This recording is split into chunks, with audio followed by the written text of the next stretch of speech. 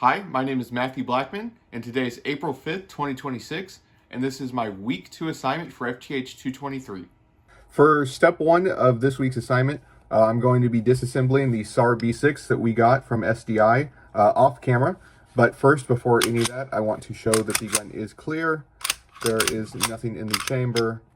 I can both physically and visually inspect that. There is no magazine in the magazine well, and there is also no live ammo in my workspace. Now that I have that cleared, I'm going to disassemble the SAR off camera, and then once I have that done, I'm going to come back to do the rest of the steps for this week's assignment. Okay, I have the SAR disassembled now. All the components are in their little groupings. And now for step 2, I am going to be picking 6 components from the layout here and explaining what might happen within the firearm if these components malfunctioned in any way, and if these malfunctions would be dangerous to the operator. So the first thing I'm going to talk about is going to be the sear.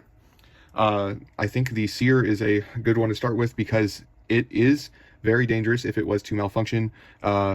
The sear holds the hammer back, so obviously if the sear has been worn down or the sear angle is incorrect, because it is worn down, it can cause the hammer to release prematurely and could cause a negligent discharge or a malfunction, and that can obviously be very unsafe to the operator. The second component I'm going to be talking about is the magazine catch or springs. Inherently not dangerous if it fails just normally, but in a self-defense situation, if it's failing weak springs and causes the mag to not seat or fall out, it could obviously be dangerous. But just from a purely mechanical standpoint, it is not a danger to the operator. But if the magazine catch springs are worn out, or just the magazine catch itself is worn out, it could cause the mags not to fully seat. It could cause the mags to drop while under live fire conditions, and just overall have issues holding the mag into the frame of the gun. The third part I'd like to talk about is, of course, a very important one. That is the firing pin. If the firing pin were to break, I've had a firing pin break before. It can cause the firearm obviously not to fire, not innately dangerous to the operator. Again, of course, just from a purely mechanical standpoint, certainly not something you would want to happen in a self-defense situation again. But if it were to break, the firearm would not fire the round.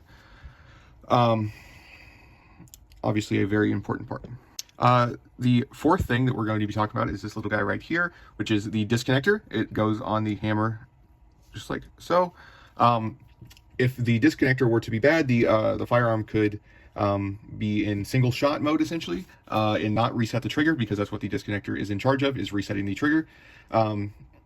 Not inherently dangerous, although it could, if the customer is having problems with their disconnector and they're expecting the firearm to only shoot once, and it does reset, I guess it could cause a negligent discharge, but not inherently dangerous. For the fifth component, we're going to be looking at the guide rod subassembly, so the guide rod and the spring.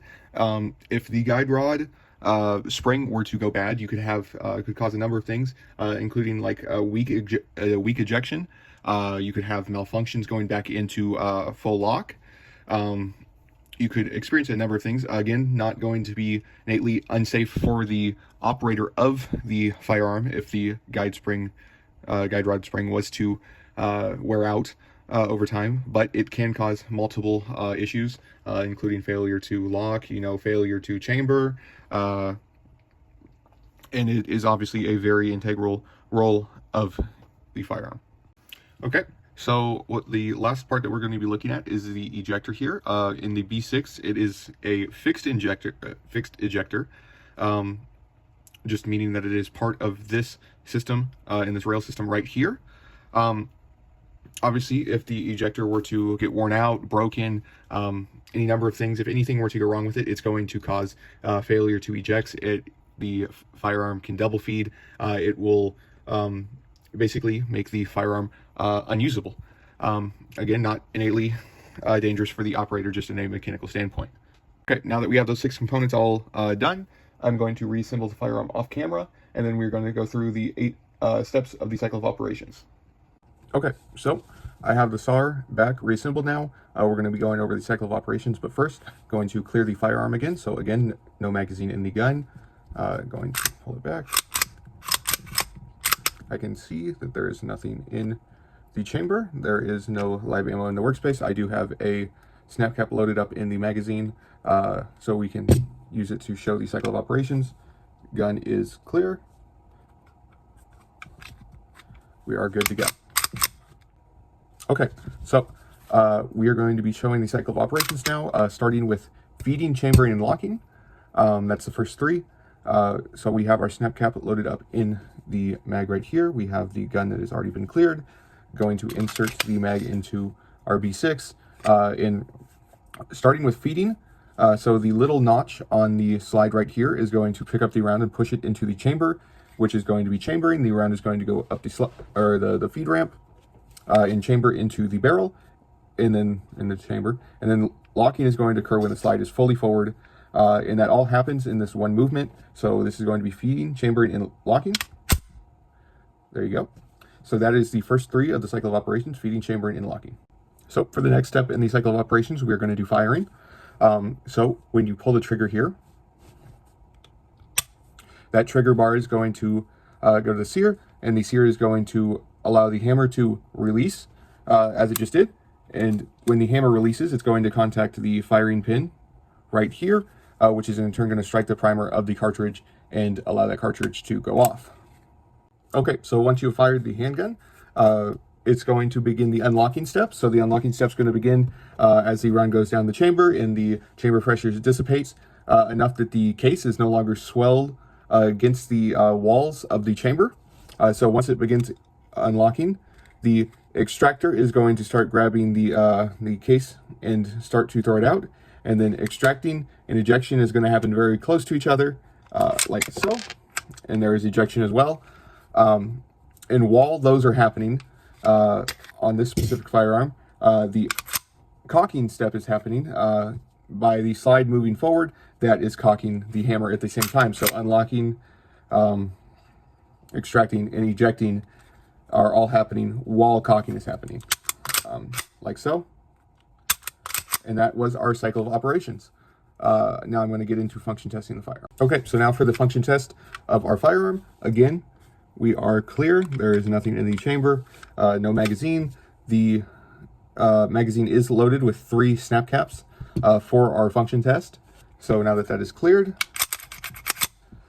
first things we are going to be testing are the safety. So as you can see, the firearm is on safe. There is nothing happening when pulling the trigger. Flip the safety down. Firearm functions single action and double action. So now we are going to insert our firearm, or insert our magazine, cock it back, fire. That is fine. Going to eject that round and rechamber another round. We're going to fire that. Keep our finger on the trigger to make sure our disconnector is working. Chamber that other round. Let go. Reset's fine. Let trigger again. Resets again, and locks back on the last round. So our firearm is completely functional, at least in a non-live fire check. So again, that was my week 2 assignment. My name is Matthew Blackman, and this was FTH 223, week 2.